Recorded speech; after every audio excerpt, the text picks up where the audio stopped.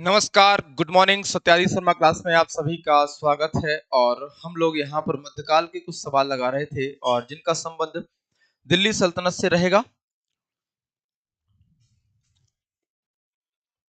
कल एक सवाल होमवर्क दिया था, देखते हैं वो कौन सा सवाल था। 37 नंबर तक हम पहुंच गए थे। ये वाला सवाल था ना, निम्नलिखित में से किस एक सुल्तान के विरुद्ध हाजी मौला ने विद्रोह किया था। तो ये हाजी मौला का संबंध,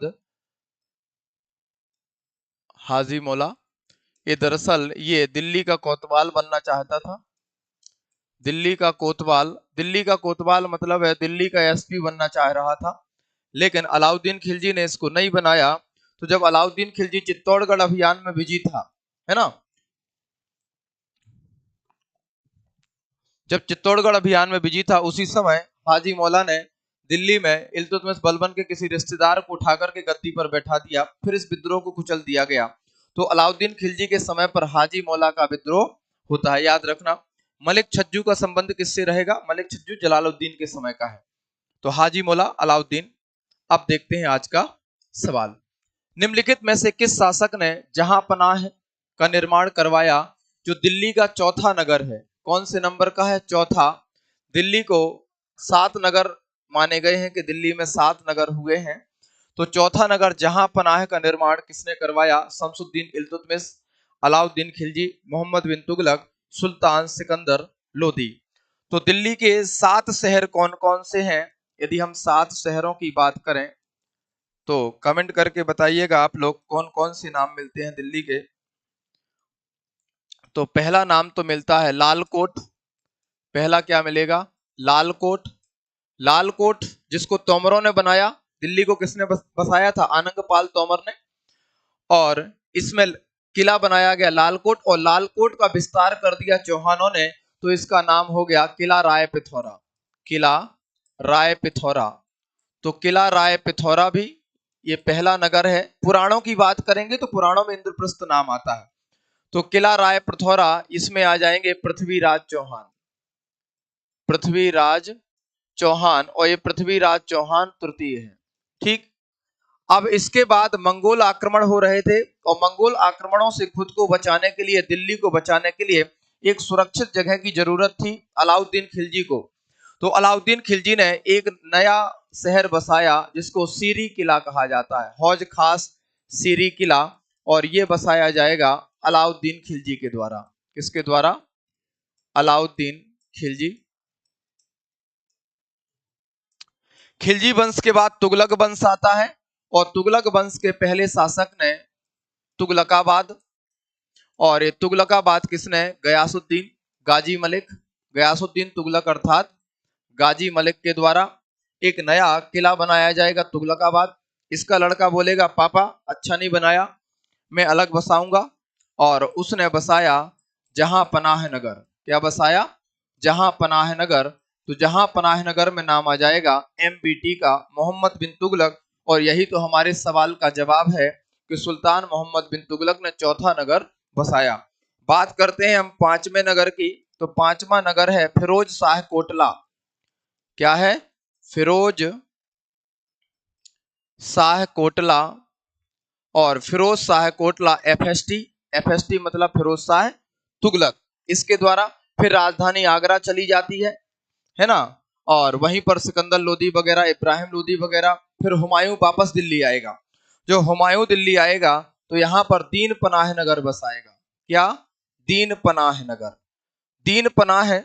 और चूंकि हुमायूं शेरशाह सूरी से हार जाता है, तो दीन पनाह की ईंट ईंट पत्थर निकाल करके शेरशाह सूरी एक किला बनाता है। दीन पनाह को ही पुराना किला बना देगा, जिसको आजकल हम पुराना किला कहते हैं। तो इसमें शेरशाह सूरी का नाम आ जाएगा पुराना किला में, शेरशाह सूरी। फिर अकबर आएगा। अकबर के समय पर वापस राजधानी लाल किला आगरा चली जाएगी। अकबर, जहांगीर। फिर आता है शाहजहां। जब शाहजहां आता है तो बोलता है आगरा में बहुत समय गुजार लिया, अब वापस दिल्ली चलते हैं। तो दिल्ली में एक और शहर बसाएगा, शाहजहानाबाद। शाहजहानाबाद। और शाहजहानाबाद बसाया जाता है शाहजहां के द्वारा। किसके द्वारा? शाहजहां के द्वारा। तो मध्यकाल में दिल्ली में 7 शहर बसाए गए हैं। है ना। और वर्तमान में दिल्ली लुटियंस की दिल्ली है। जो आपको न्यू दिल्ली दिखाई देती है, न्यू दिल्ली जो है वो लुटियंस की दिल्ली है। एडवर्ड लुटियंस, लुटियंस ने बसाया एक कनॉट प्लेस जो आजकल की बिल्डिंग दिखाई देती है। पुराणों में, पुराणों में यदि हम दिल्ली की बात करें तो इसको इंद्रप्रस्थ कहा गया है। इंद्रप्रस्थ का मतलब होता है इंद्र का नगर है। तो यहाँ पर ये 7 शहर है, एक बार दिमाग में रखिएगा। बढ़ते हैं हम आगे। निम्नलिखित में से किस राज्य को दिल्ली के सुल्तान बहलोल लोदी ने 1484 ईस्वी में अधिग्रहित कर लिया था? 1484 बेसिकली उसने जीत तो लिया था, और 1479 में इसको जीत लिया था, है ना, हुसैन शाह सरकी से। उस समय हुसैन शाह सरकी हुआ करता था शासक, लेकिन इसको अपने राज्य का हिस्सा बनाया था जौनपुर को। जौनपुर में सरकी वंश है। सर्क का मतलब होता है पूर्व। तो जौनपुर में जो सरकी वंश है, मलिक सरवर द्वारा सरकी वंश की स्थापना की जाएगी। किसके द्वारा? मलिक सरवर, एक हिजड़ा है, मलिक सरवर के द्वारा सरकी वंश की स्थापना, सरकी वंश की स्थापना, सरकी वंश की स्थापना की जाती है। कहां पर की जाती है? जौनपुर में। कहां पर? जौनपुर में। सवाल यह भी बन सकता है कि जौनपुर नगर किसने बसाया? तो जौनपुर नगर बसाया था फिरोज शाह तुगलक ने अपने भाई जौना खां की याद में। क्लियर है। और इसी जौनपुर का वह राज्यपाल बनाता है फिरोज शाह तुगलक मलिक सरवर को। लेकिन जब फिरोज शाह तुगलक मर जाएगा तो एक मलिक सरवर बोलेगा, अब मैं दिल्ली सल्तनत का हिस्सा नहीं हूं, मेरा अलग से राज्य है, और सरकी राजवंश बनाएगा। इसी इसी जौनपुर को पूर्व का सिराज कहा जाता है। इसको पूर्व का सिराज, ईरान का मध्यकाल में बहुत प्रसिद्ध शहर हुआ है सिराज, उसी की तर्ज पर पूर्व का सिराज जौनपुर को कहा जाएगा। जौनपुर बसाया था फिरोज शाह तुगलक ने। फिरोज शाह तुगलक ने पूर्व का राज्यपाल बनाया मलिक सरवर को। मलिक सरवर फिरोज शाह तुगलक की मृत्यु के बाद सरवर वंश को दिल्ली सल्तनत से अलग कर लेगा। दिल्ली सल्तनत में वापस मिलाएगा बहलोद लोदी, जिस समय सरकी शासक हुसैन शाह सरकी हुआ करता था उसको हरा करके। तो ये आंसर हो जाएगा आपका जौनपुर। निम्नलिखित में से कौन सा पद दिल्ली सल्तनत में गुप्तचरों से संबंधित था? यहां पर मुस्ताब, सवार या तबीनान या बरीद। तबीनान का संबंध तो मनसबदारी व्यवस्था से हो जाएगा, सवार सैनिक व्यवस्था से, और बरीद शब्द जो है ये गुप्तचरों के लिए प्रयोग होता है। बलबन के समय की बात है। बलबन ने दीवाने बरीद और दीवाने अर्ज, अर्ज नाम से सैन्य विभाग बनाया था, और बरीद के नाम से उसके द्वारा, बलबन के द्वारा एक गुप्तचर विभाग भी बनाया जाता है कि कोई काना फूसी तो नहीं कर रहा उसके बारे में, नहीं तो गला कटवा दूं उसका। तो गुप्तचर को कौन निर्दिष्ट करेगा? बरीद करेगा। बिल्कुल आसान है, जल्दी लग जाएगा। आगे बढ़ते हैं। अगला सवाल देखते हैं। निम्नलिखित में से किसको अलाउद्दीन खिलजी द्वारा बाजार नियंत्रण उपायों के अंतर्गत अनाज मंडी का नियंत्रक नियुक्त किया गया? अलफ खां को, मलिक कबूल को, मलिक छज्जू को, खिब्र खां, या सॉरी खिज्र खां। तो खिज्र खां तो उसका पुत्र था, खिजराबाद चित्तौड़गढ़ वाला। मलिक छज्जू ने जलालुद्दीन के समय पर, जलाल के समय पर इसने विद्रोह किया था, इसने विद्रोह किया था। ठीक है, तो ये दोनों तो हटा दीजिए। या तो अल्प खां होगा या तो मलिक कबूल। अल्प खां तो अलाउद्दीन का साला था।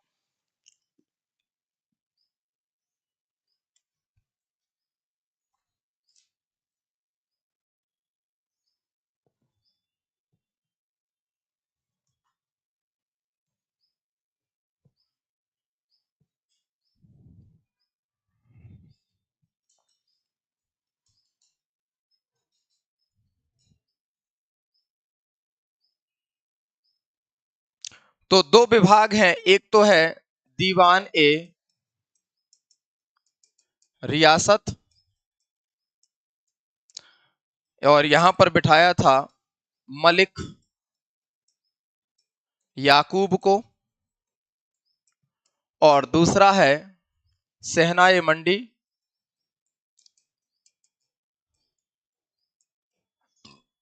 और यहां पर बैठाया था मलिक कबूल को, मलिक कबूल। तो ये दो चीजें हैं, तो Malik Kabul is right answer. यदि दीवान रियासत पूछा जाता तो मलिक याकूब लगाएंगे, और यदि सहनाई मंडी पूछा जाएगा तो मलिक कबूल। ये दोनों नाम है।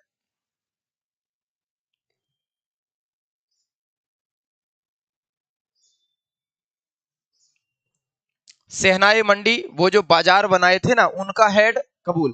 और पूरे बाजार सिस्टम का हेड हुआ करता था दीवाने रियासत, जो मलिक याकूब। मलिक याकूब और मलिक कबूल, ये दो नाम आते हैं जिसने अलाउद्दीन ने बाजार व्यवस्था में अपना अधिकारी नियुक्त किया था। अगला सवाल है, अलाउद्दीन खिलजी की विजयों के संदर्भ में जो उसकी जीत है, निम्नलिखित युग्मों में से कौन सा एक सही सुमेलित नहीं है? इनमें से सही कौन सुमेलित नहीं है? रणथंबोर की विजय उलूग खां और नुसरत खां, चित्तौड़ की विजय जफर खां और नुसरत खां, मांडू की विजय आयन उल मुल्तानी, याद रखिएगा ये तुगलकों के पास भी जाएगा, ये मुल्तानी, आयन उल मुल्तानी। मांडू की विजय ये मतलब खिलजियों से तुगलक तक काम करेगा। और जालौर की विजय कमालुद्दीन गुर्क, इसी को तो भेड़िया कहा था अपन ने कल। तो देखिएगा जालौर राजस्थान में है, उसमें कमालुद्दीन गुर्क बिल्कुल सही मिला हुआ है। मांडू विजय आयन उल मुल्तानी, ये भी सही मिला हुआ है। चित्तौड़गढ़ की विजय, तो चित्तौड़गढ़ की विजय स्वयं अलाउद्दीन गया था, अलाउद्दीन स्वयं गया था, जबकि जफर खां मंगोलों से लड़ते हुए मारा गया है। चित्तौड़ विजय से पहले जफर खां की मृत्यु हो चुकी है और रणथंबोर विजय करते हुए नुसरत खां की भी मृत्यु हो चुकी है। ये दोनों मर चुके हैं जब चित्तौड़गढ़ की विजय होती है 1303 में, और उससे पहले इन लोगों की मृत्यु हो चुकी है। इससे पहले ही मृत्यु हो चुकी है, पहले ही मृत्यु हो चुकी है इसकी, जफर खां और नुसरत खां की। रणथंबोर में उलूग खां नुसरत खां थे, ये भी ठीक है, ये मिला हुआ ठीक, ये तीनों मिले हैं। कौन नहीं मिला भैया? तो बी मैच नहीं है। क्यों नहीं है मैच? क्योंकि चित्तौड़गढ़ की विजय में वह स्वयं गया था, जब स्वयं गया था तभी तो यहां पर, कहां गया ये, तभी तो हमने देखा था हाजी मौला ने विद्रोह किया था, रतन सिंह के साथ लड़ाई में व्यस्त है, 6-8 महीने की घेराबंदी करके बैठा है। चलो अगला सवाल देखते हैं, इनका कालानुक्रम जमाना है, सही काल में जमाना है। यहां पर कितने नाम दिए हुए हैं? ये डैश डैश दिए हुए हैं ना। एक नाम है मलिक काफूर, एक जमालुद्दीन याकूत, एक खान ए जहां मकबूल है और एक महमूद गवा है। ये चार नामों को सही क्रम में जमाना है, और यदि कोशिश करोगे तो मिल जाएगा, यदि नहीं कोशिश करोगे तो नहीं मिलेगा।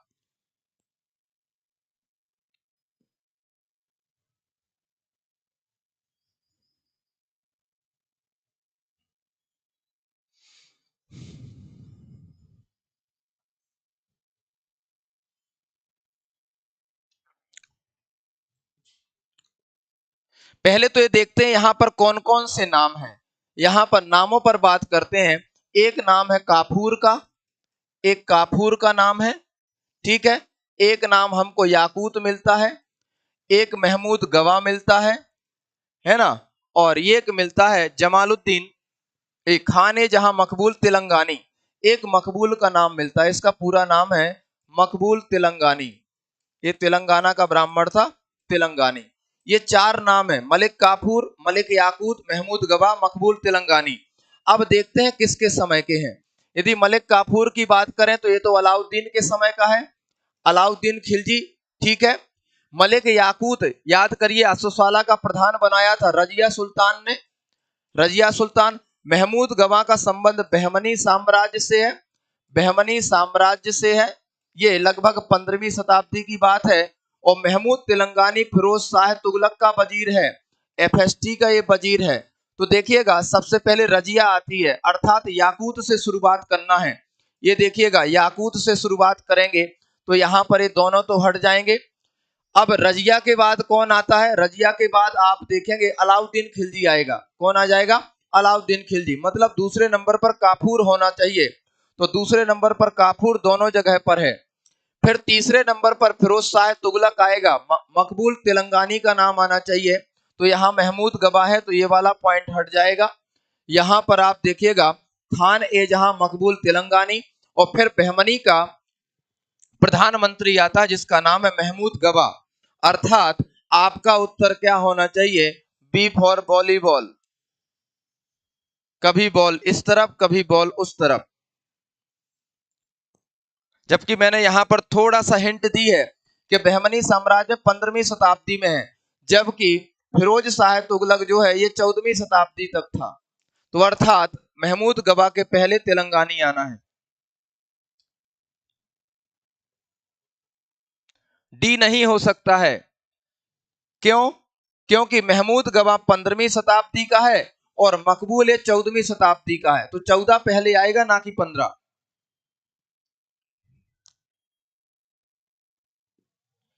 नेक्स्ट वन, किन्होंने अलाउद्दीन खिलजी द्वारा एक ही दिन में बड़ी संख्या में नवीन मुसलमानों का कत्लेआम करने की कार्यवाही का विवरण दिया है? मतलब यहां पर राइटर्स दिए हुए हैं, तो किसने, कौन से मध्यकालीन राइटरों ने ये बोला है कि अलाउद्दीन खिलजी ने एक दिन में इतने सारे नवीन मुसलमान मार दिए, बहुत सारे, लाखों की संख्या में। ये नवीन मुसलमान वही हैं जो मंगोल थे, मंगोलों से कन्वर्टेड इस्लाम में आए और दिल्ली में बस गए। याद करिएगा, ये गुजरात अभियान में ये नवीन मुसलमानों को लेके गए थे, इन्होंने विद्रोह कर दिया था, रणथंबोर चले गए थे, अलाउद्दीन ने सबको चुन चुन के मारा था, इन नवीन मुसलमानों को। और इस बात का जिक्र कौन करता है? अमीर खुसरो और अफीक, ईसामी और बर्नी, याहिया बिन सरहिंदी और इब्न बतूता, अब्दुल्ला तथा रिजकुल्ला मुस्ताकी।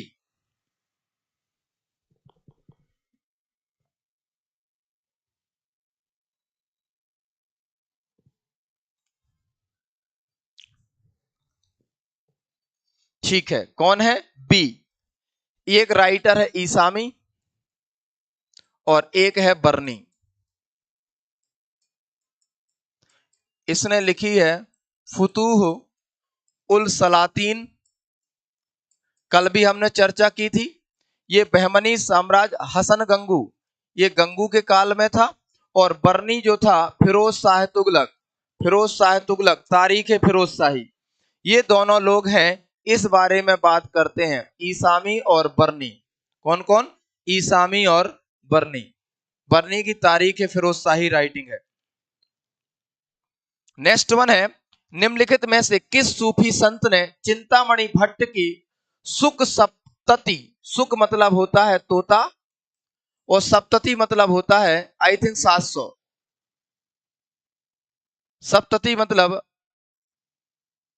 70 आई थिंक, हाँ, तो 70 के आसपास समझ आना। सुख सप्तति का तूती नामा नामक फारसी कृत में अनुवाद किया। तो पूछा गया है कि एक किताब है जिसका नाम है सुख सप्तति, जिसमें एक तोता अपनी मालकिन को 70 कहानी सुनाता है, और ताकि उसकी मालकिन रात को अपने प्रेमी से मिलने ना जा पाए। क्यों? क्योंकि उस मालकिन का पति बाहर दूर गांव रंगून काम करने गया है। तो मालकिन को गलत करने से रोकने के लिए हर रात ये तोता मालकिन को कहानी सुनाता है। कहां पर? चिंतामणि भट्ट की रचना सुख सप्तति में। ये इतनी प्यारी किताब थी कि इसका फारसी में अनुवाद हुआ तूती नामा से, और ये फारसी में अनुवाद किया था ख्वाजा जियाउद्दीन नक्शबी ने। किसके द्वारा किया गया? ख्वाजा जियाउद्दीन नक्शबी ने। और इसी नक्शबी की किताब तूती नामा, इस पर बेहतरीन चित्रकारी की गई है। तूती नामा पर चित्रकारी अकबर के काल में, जब हम अकबर के काल में चित्रकला पढ़ते हैं तो अब्दुल समद और अली नामक, ये दोनों के दोनों, सैयद अली, ये दोनों चित्रकार इस तूती नामा की पेंटिंग बनाते हैं। मतलब पेंटिंग के माध्यम से कहानी यहां पर। तो तूती नामा पहले कौन, क्या नाम है इसका? सुख सप्तति। फिर क्या बन जाएगा? तूती नामा। तूती नामा किसने लिखी? नक्शबी ने। और इसी नक्शबी की तूती नामा पर चित्रकारी करवाता है अकबर। नेक्स्ट, दिल्ली सल्तनत के संदर्भ में निम्नलिखित घटनाओं पर विचार करना है। ये दिल्ली सल्तनत की घटनाएं हैं। जफर खां की गुजरात के गवर्नर के रूप में नियुक्ति, तैमूर द्वारा दिल्ली की लूट, हाजी मौला का विद्रोह, अहमदाबाद की स्थापना। ये आपको एक बार मिलाना है। यदि हम बात करें, ये तुगलक काल की बात है। तुगलक काल में ये 1399 की बात है। तैमूर द्वारा दिल्ली पर लूटा जाना, तैमूर लंगड़ा। हाजी मौला का विद्रोह किसके समय हुआ है? अलाउद्दीन खिलजी के समय पर हुआ है। ये जफर खां, ये जफर खां अलाउद्दीन से मत जोड़िएगा, ये वो जफर खां है जिसने गुजरात को स्वतंत्र किया दिल्ली सल्तनत से, गुजरात राज्य की स्थापना की है। और अहमद शाह द्वारा, जो कि बहमनी सुल्तान है, उनके द्वारा अहमदाबाद की स्थापना की जाती है। थोड़ा सा हिंट किया है मैंने, अब उत्तर मिला लो तो आप बढ़िया है।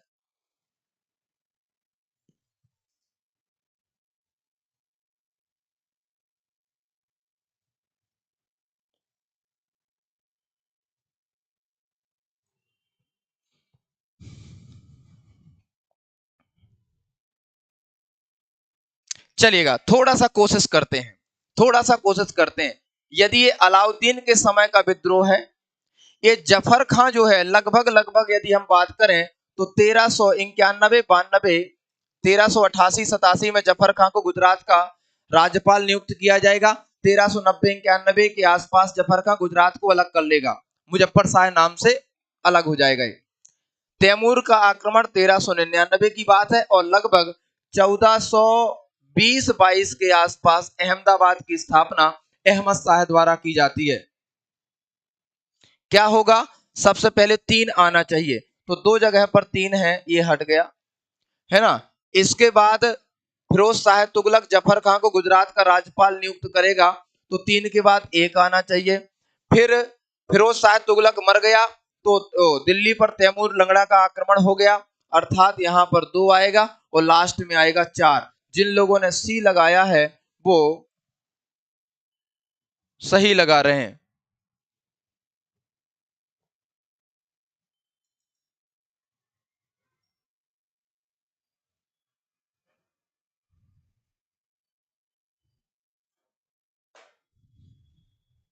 नेक्स्ट वन है, निम्न में से किस सुल्तान ने जैन संत जम्बू जी को भू अनुदान प्रदान किया? मोहम्मद बिन तुगलक, फिरोज शाह तुगलक, सिकंदर लोदी, इब्राहिम लोदी। अब देखिएगा यहां पर, ये जम्बू जी जो है, इन्होंने एक संप्रदाय बनाया है जिसको कहा जाता है बिश्नोई संप्रदाय।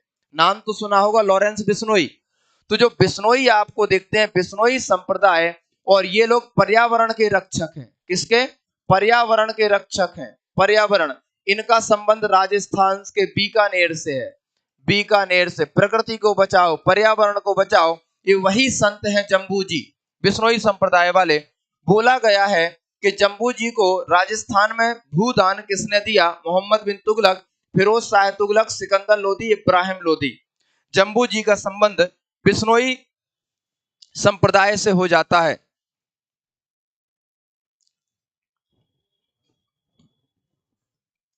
किसने? सिकंदर लोदी। सिकंदर लोदी। तो जम्बू जी ये अपने आप को जैनों से जोड़ते हैं, फिर धीरे धीरे इनका जैनों से सिस्टम अलग हो गया।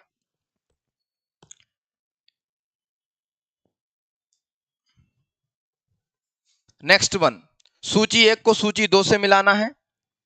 चंदा मामा दूर के, चंदायन, फुतु सलातीन, मृगावती और मुंतखाब उल तवारीख। मेरे ख्याल से 2-3 तो आपको पता ही है, बदायूनी, ईसामी, मुल्ला दाऊद और कुतुबन। कुतुबन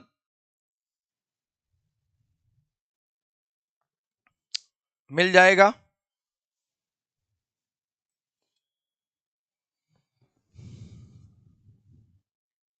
मिलाते हैं।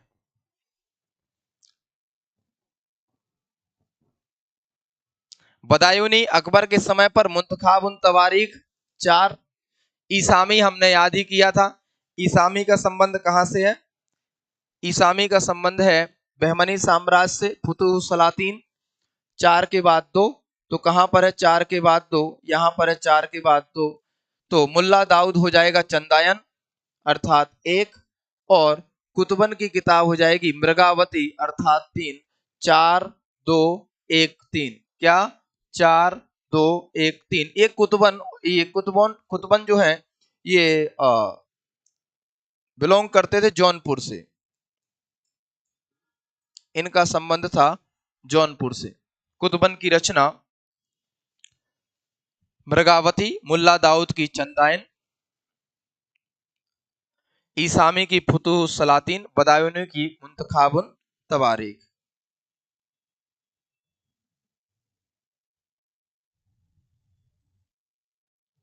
ठीक। हाँ मुल्ला दाऊद FST फिरोज शाह तुगलक के समय पर है। चलो आगे बढ़ते हैं। निम्न में से किस लेखक ने प्रसिद्ध पुस्तक किताबुल हिंद, ये अलबरूनी की किताब है, और अलबरूनी की किताब किताबुल हिंद का अंग्रेजी में अनुवाद किया Walter Roper Lawrence, EC Sachau, Edward Sachau लिखा है, एडवर्ड सचाऊ। अल मुकद्दसी, एस ए रहीम। तो ये बी आंसर है, एडवर्ड सचाऊ। ये जर्मनी के हैं इतिहासकार। ये जर्मनी इतिहासकार ने जो काम किया है अंग्रेजी में, वो काम किया है किताबुल हिंद पर। किस पर किया है? किताबुल हिंद पर काम किया है। आगे बढ़ते हैं। निम्न में से किसने तुर्की अमीर एतगीन को नियुक्त करने के लिए नायब का पद बनाया? नायब का पद मतलब एतगीन को नायब बनाना चाह रहा था वो सुल्तान। नायब का मतलब होता है उप सुल्तान। मतलब सुल्तान का भी, जैसे प्रधानमंत्री का उप प्रधानमंत्री, मुख्यमंत्री का उप मुख्यमंत्री, ऐसे ही सुल्तान का उप जो होगा उसको नायब कहा जाएगा। अर्थात सुल्तान की बहुत सारी पावर नायब में आ जाएंगी। तो वो कौन था वो कौन शासक था जिसने एतगीन को नायब बनाने के लिए नायब पद बनाया? कुतुबुद्दीन ऐबक होगा ही नहीं। रजिया और एतगीन की तो पटती ही नहीं थी, है ना, क्योंकि तुर्कान चहलगानी का सदस्य था। ये एतगीन इल्तुतमिश के समय पर तेज चलेगा नहीं, क्योंकि ये इसी का गुलाम था, तो उससे तो तेज चलेगा नहीं। हाँ, बहराम शाह, रजिया सुल्तान के बाद जब इल्तुतमिश का लड़का बहराम शाह शासक बना, क्योंकि इन्हीं लोगों की मदद से बना था। किसकी मदद से? एतगीन, जुनैदी, इन लोगों की मदद से। तो एतगीन को इसने, ये तुर्की अमीर है, तुर्कान चहलगानी का सदस्य है, उसके लिए नायब पद बनाया था। और इसने सभी पावर सुल्तान के अपने हाथ में ले ली। तब जाके बहराम शाह ने इसको मरवा दिया।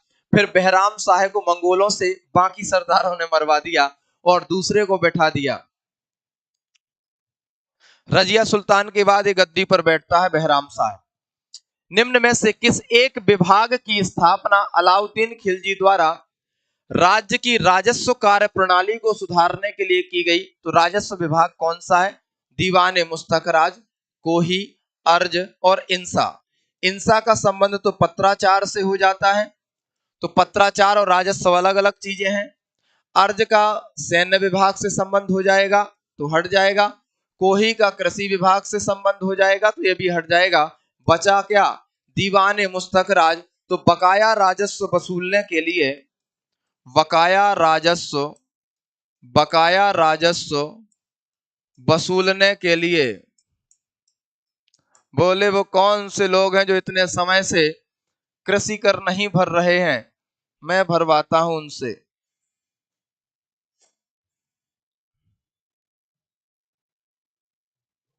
आगे बढ़ते हैं। भारत में मध्यकाल में देहली वाला या देहली वाल का क्या अर्थ था? देहली वाल का क्या अर्थ था? दिल्ली में व्यवसाय करने वाला जैन समुदाय, दिल्ली की उत्पत्ति वाला एक शाकाहारी व्यंजन खाना था देहली वाल, या तुर्की विजय के समय दिल्ली में प्रचलित एक मुद्रा था, या दिल्ली नगर की रक्षा के लिए नियुक्त एक अफगान योद्धा। दिल्ली वाल क्या था? सवाल है कि जो टर्म है, जब ये तुर्क लोग दिल्ली आए और शासन किया तो उस समय ये शब्द चला करता था दहलीवाल। तो दहलीवाल कुछ नहीं था, आप याद रख लीजिएगा। दिल्ली में पहले तोमरों का शासन था, तोमरों के बाद यहां पर चौहानों का शासन था। किसका? चौहानों का। और इन दोनों के सिक्के दिल्ली में चल ही रहे थे, इन दोनों के सिक्के। तो जो सिक्के दिल्ली में तोमरों और चौहानों ने चलाए, उन सिक्कों को तुर्क लोगों ने दहली वाल कहा, या दिल्ली वाला या दिल्ली वाला कहा है। किसको? सिक्कों को। किसके चलाए सिक्कों को? राजपूतों। कौन से राजपूत? तोमर और चौहान।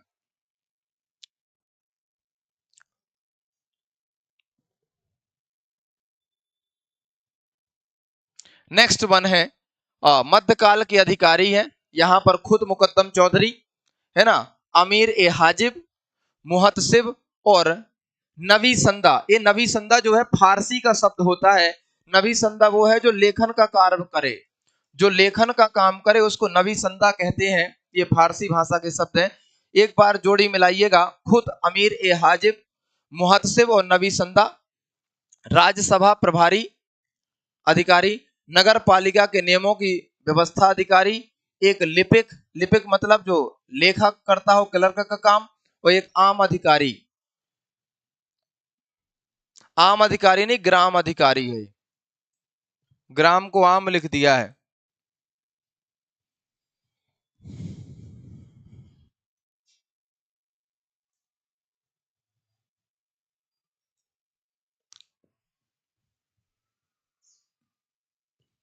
अब देखिएगा ये नवी संदा से निकल के आ जाएगा आपका ये 3 नंबर, अर्थात चौथे नंबर पर 3 होना चाहिए।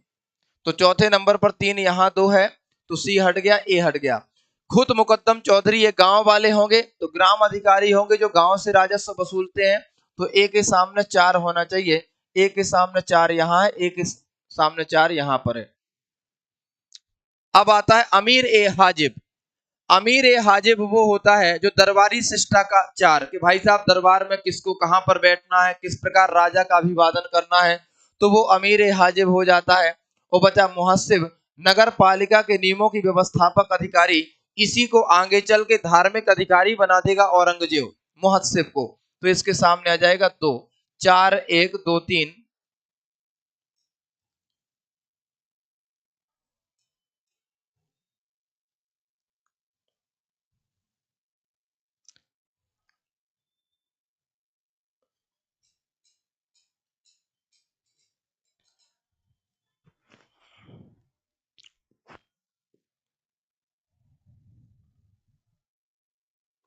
नेक्स्ट वन है, निम्नलिखित में से कौन सा अष्टभुजीय मकबरा है। अष्टभुजा मतलब यहां पर गुंबद होगा और गुंबद के चारों तरफ इस प्रकार बिल्डिंग बनी होगी।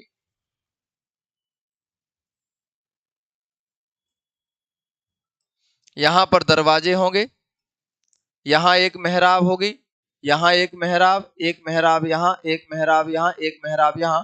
ये गुंबद होगा, दोहरा गुंबद। तो अष्टकोणीय मकबरा सिकंदर लोधी का, बलबन, गयासुद्दीन तुगलक, फिरोज शाह तुगलक। तो 8 कोण में बिल्डिंग बनने की जो परंपरा है, जो 8 कोणों में बिल्डिंग बनने की परंपरा है और दोहरे गुंबद, वो लोधी काल के स्थापत्य कला की विशेषता है।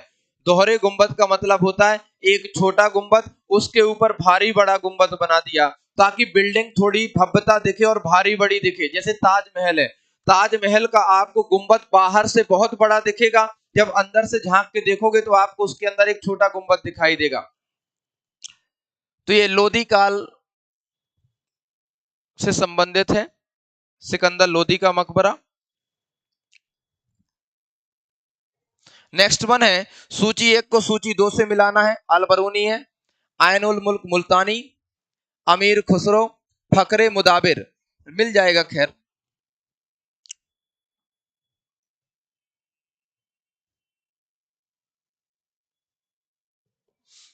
क्योंकि कम से कम 2 तो आप पे बन ही जाएंगे।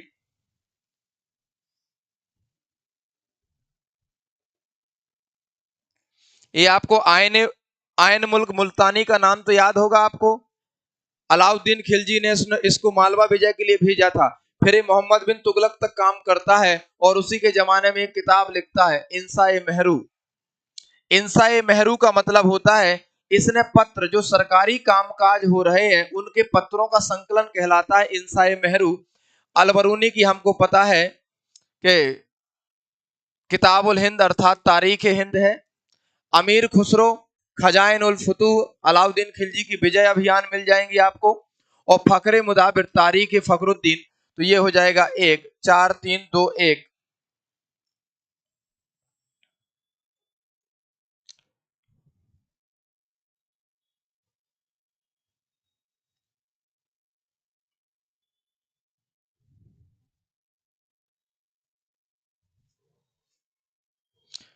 आगे बढ़ते हैं। उत्तर भारत पर तुर्कों की विजय, पहले राजपूत थे, राजपूत क्षेत्रीय क्षेत्रीय सेगमेंट में बटे हुए थे, फिर तुर्क आए, सभी क्षेत्रों को जीत करके सल्तनत की स्थापना की।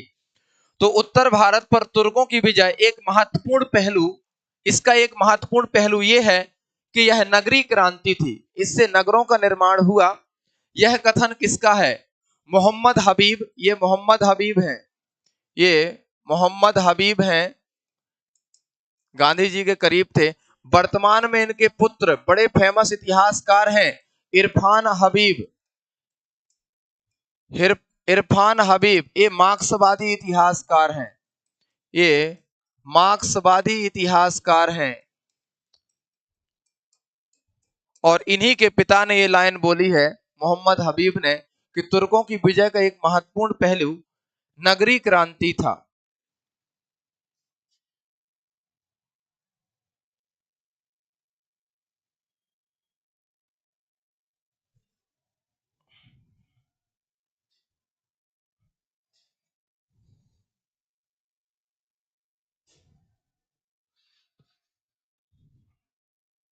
आगे बढ़ते हैं। दिल्ली के किस सूफी संत ने, यह प्रसिद्ध कथन संबंधित है, हुनूज दिल्ली दूरस्ती, मालिक दिल्ली अभी दूर है, जब दिल्ली आ जाओ तो फिर अपना पैसा ले लेना। ये निजामुद्दीन औलिया ने बोला था जलाल को, सॉरी गाजी मलिक को। गाजी मलिक मतलब ये गयासुद्दीन तुगलक को बोला था। जब वो बंगाल अभियान से लौट रहा था, उसने बोला मैं लौटूं उससे पहले मेरा पैसा निकाल के रखना।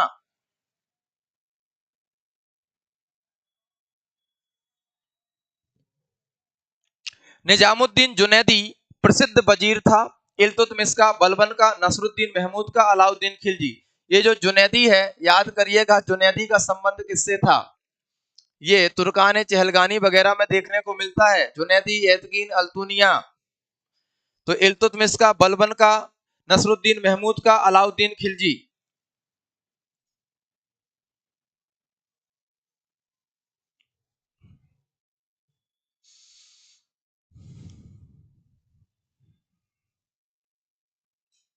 अरे नसरुद्दीन महमूद ने तो अपना पूरा का पूरा काम बलबन को सौंप दिया था, तो ये तो होगा ही नहीं आंसर। कौन होगा? इल्तुतमिश। अलाउद्दीन खिलजी मलिक काफूर की बात करता है। अलाउद्दीन खिलजी का वजीर कौन था? यह पूरे काम देखने वाला नायब उसका मलिक काफूर। बचा बलबन। बलबन का हसन बहरी था, बलबन का हसन बहरी। इसके समय पूरा काम कौन देखा करता था? बलबन। और इसके समय पर काफूर, और भी थे बट ये मुख्य थे। सुल्तान फिरोज तुगलक के खुतबा पढ़ा जाता था, उसका फरमान, उसका आदेश। खुतबे में सभी पूर्ववर्ती सुल्तानों के नाम सम्मिलित थे।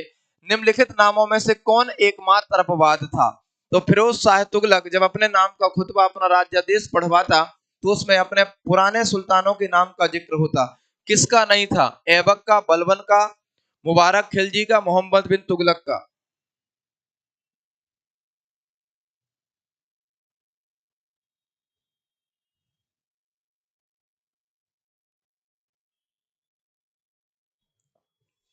क्लास में हमने इस पे बात की थी।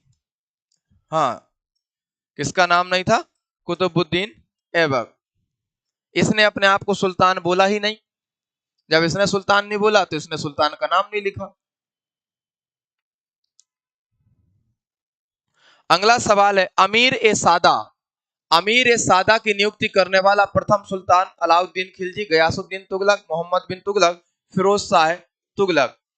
अमीर ए सादा, अमीर ए सादा ये फारसी टर्म है। सादा, सादा का मतलब होता है 100। जैसे 100 गांव का हेड, तो एक एरिया है, 100 गांव के बीच में एक अधिकारी बना दिया, और ये बेसिकली दक्षिण भारत में ये काम करता है। और इसी कारण उस शासक को बड़ी दिक्कत जाती है। यही 100 गांव के हेड इकट्ठे होकर के गुजरात को अलग कर लेते हैं, बहमनी को अलग कर लेते हैं बाद में, और कहा जाता है कि सादियों का विद्रोह। तो अमीर ए सादा 100 गांव के हेड, फिर बाद में उसको समस्या भी जाती है, विद्रोह भी होते हैं। मोहम्मद बिन तुगलक था वो शासक।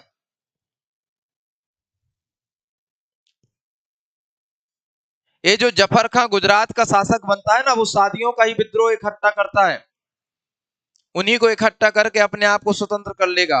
तो अमीर ए सादा मोहम्मद बिन तुगलक, सादा मतलब 100। निम्नलिखित में से क्या सिकंदर लोदी से संबंधित नहीं? इनमें से कौन सी चीज सिकंदर से संबंधित नहीं है? और राजस्व निर्धारण हेतु भूमि पैमाना करवाया गजे सिकंदरी से। अनुवाद विभाग भी बनवाया ही था इसने। और अन्न पर से कर समाप्त किया था, इसने जकात को समाप्त किया था, बोले अन्न पर जकात नहीं लगेगा। बहलोद लोधी के राजस्व सिद्धांत का अनुसरण, बोले जब मैं खुद इंटेलिजेंट हूं तो मैं पापा की बातें क्यों फॉलो करूं। तो बहलोद लोधी के राजस्व सिद्धांत को अनुसरण नहीं करेगा क्योंकि बहलोद लोधी थोड़ा लिबरल है, जबकि ये क्या है, ये सिकंदर लोधी कट्टर है। याद रखिएगा, ये कट्टर शासक है। उसका रीजन है इसकी मम्मी हिंदू है, ये मुस्लिम है, तो गाड़ी तो तेज चलाएगा ही।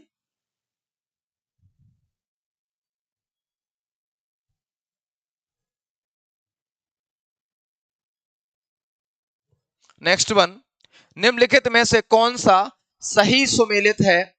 बरबक लेखा, मुशरिफ गुप्तचर, मुतसर्रिफ शाही कारखाना और बरीद दरबारी शिष्टाचार।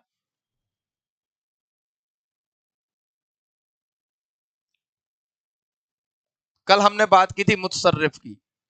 मुतसर्रिफ कौन है, शाही कारखाना का हेड। बरीद गुप्तचर हो जाते हैं और बरबक वो होता है जो दरबारी शिष्टाचार वाला बरबक। मुतसर्रिफ शाही कारखाना का प्रमुख।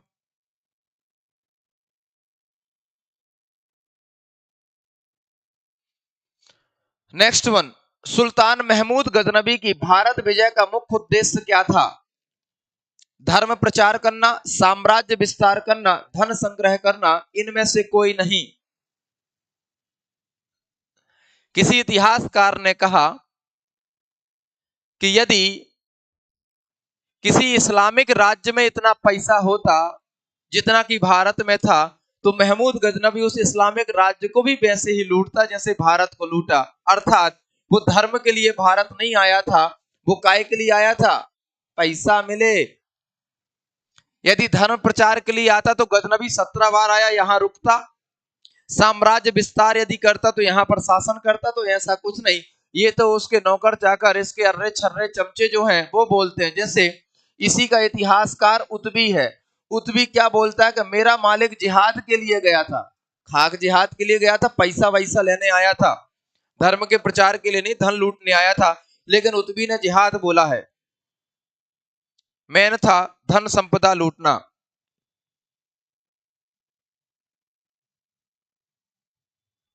आगे बढ़ते हैं।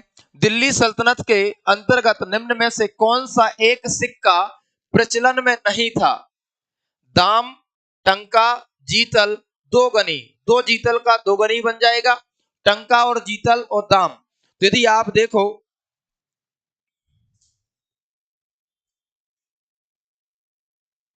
यदि आप देखोगे तो ये दाम चांदी का रुपया और तांबे का दाम, ये तो शेरशाह सूरी का सिक्का है। ये तो शेरशाह सूरी का, और शेरशाह सूरी पीछे थोड़ी चला जाएगा अपना सिक्का चलाने के लिए।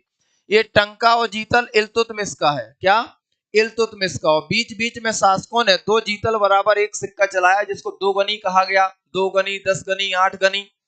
8 जीतल का एक सिक्का, 6 गनी, फिर भी दो गनी लगा रहे हैं।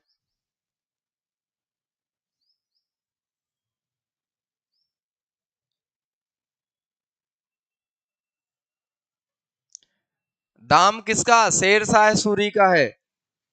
और दिल्ली सल्तनत के बहुत बाद आता है शेरशाह सूरी। निम्नलिखित में से कौन सा इतिहासकार मंगोलों द्वारा बंदी बनाया गया। अपनी किताब में आशिका में लिखता है, अपनी किताब आशिका में लिखता है अमीर खुसरो कि मुझे मंगोलों ने बंदी बना लिया था।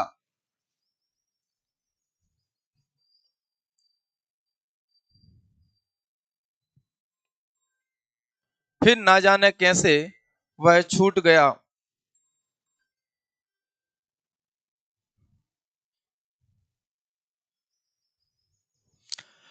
आगे बढ़ते हैं अगले सवाल की ओर। आलम खाना किस कारखाने से संबंधित है। बुनकरों से संबंधित, वस्त्रों से संबंधित, पताका, पताका मतलब झंडा जहां पर बनते हो, या रसोई घर से संबंधित। आलम खाना किस कारखाने को कहा जाता। आलम खाना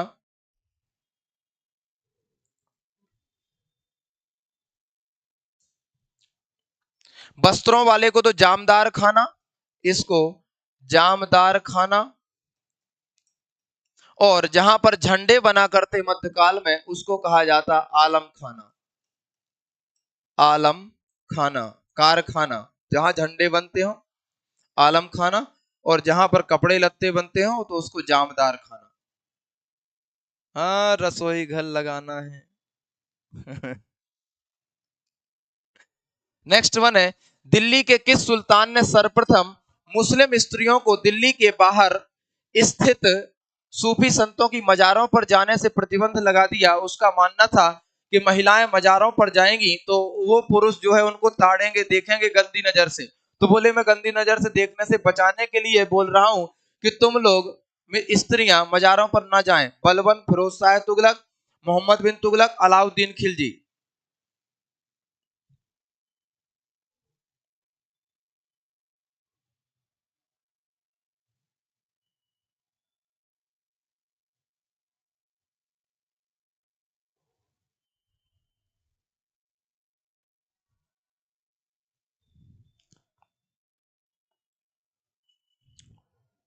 कौन है? हाँ, ये तो सब पे बन गया, फिरोज शाह तुगलक।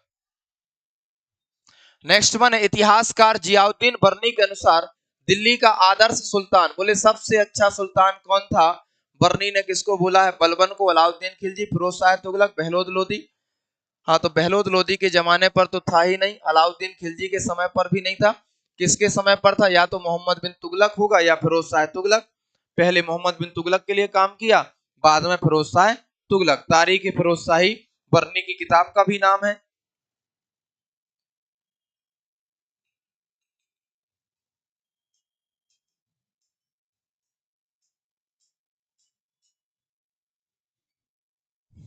नेक्स्ट वन है, जौनपुर राज्य का अंतिम शासक, वही अंतिम शासक जिसको 1484 में दौड़ा दौड़ा के मारा था बहलोद लोदी ने, मोहम्मद शाह, हुसैन शाह, मुबारक शाह, इब्राहिम शाह। वो कौन सा सरकी शासक था जिसको बहलोद लोदी ने हराया? वही अंतिम शासक होगा। कौन था वो? हुसैन शाह सरकी। क्या नाम था भैया उसका? हुसैन शाह सरकी। क्या नाम था? हुसैन शाह सरकी। एक और सवाल लगाते हैं। भारत अरब नहीं है भैया, भारत अरब नहीं है। इसे दारुल इस्लाम में परिवर्तित करना, कि सबको इस्लाम धर्म में कन्वर्ट करवा दो, इतना भी प्रैक्टिकल व्यवहारिक रूप नहीं रखता है। यह कथन किसका है? जब मुल्ला मौलवी और उलेमाओं ने उस सुल्तान से बोला कि भाई साहब आप शासन करते करते 20, 25, 30 साल हो गए हैं, एक काम करते हैं अब धीरे धीरे भारत वालों को भी मुसलमान बनाते हैं। तो उसने बोला भाई ठहर जा, थम जा, अभी नए नए हैं हम, अभी भारत से भगाने की तैयारी करवा दे तू। ये अरब नहीं है कि सबको मुसलमान बनाया जा सके। किसने उलेमाओं को ये बात कह के समझाया? इल्तुतमिश, बलबन, अलाउद्दीन खिलजी, मोहम्मद बिन तुगलक।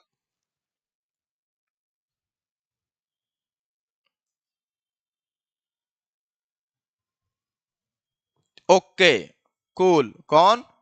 इल्तुतमिश। कौन हो जाएगा? इल्तुतमिश। आगे बढ़ते हैं, एक लास्ट सवाल लगाते हैं। अमीर खुसरो की निम्नलिखित कृतियों में से कौन एक अलाउद्दीन खिलजी के सैन्य अभियानों से संबंधित है? नूह सिपिहर, खजाइन उल फुतूह, मिफ्ता उल फुतूह और कैरानुल सादेन। ये चार कृतियां हैं, इनमें से कौन उसकी विजय के बारे में बात करती है?